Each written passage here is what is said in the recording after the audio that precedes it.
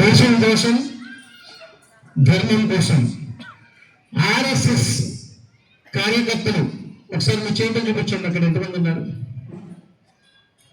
వాళ్ళు ఎవరో తెలుసా అండి? దేశ సరిహద్దుల్లో జవానులు అక్కడ కాపలా కాస్తుంటారు. దేశం మధ్యలో రైతన్న మనందరినీ కాపాడుకోవడం కోసం ఒక ధర్మయుద్ధమే చేస్తుంటారు.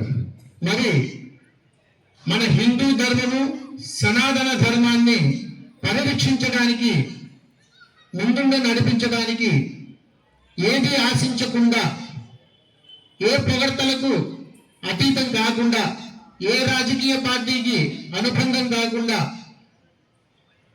తనను తనుగా ధర్మం కోసం, దేశం కోసం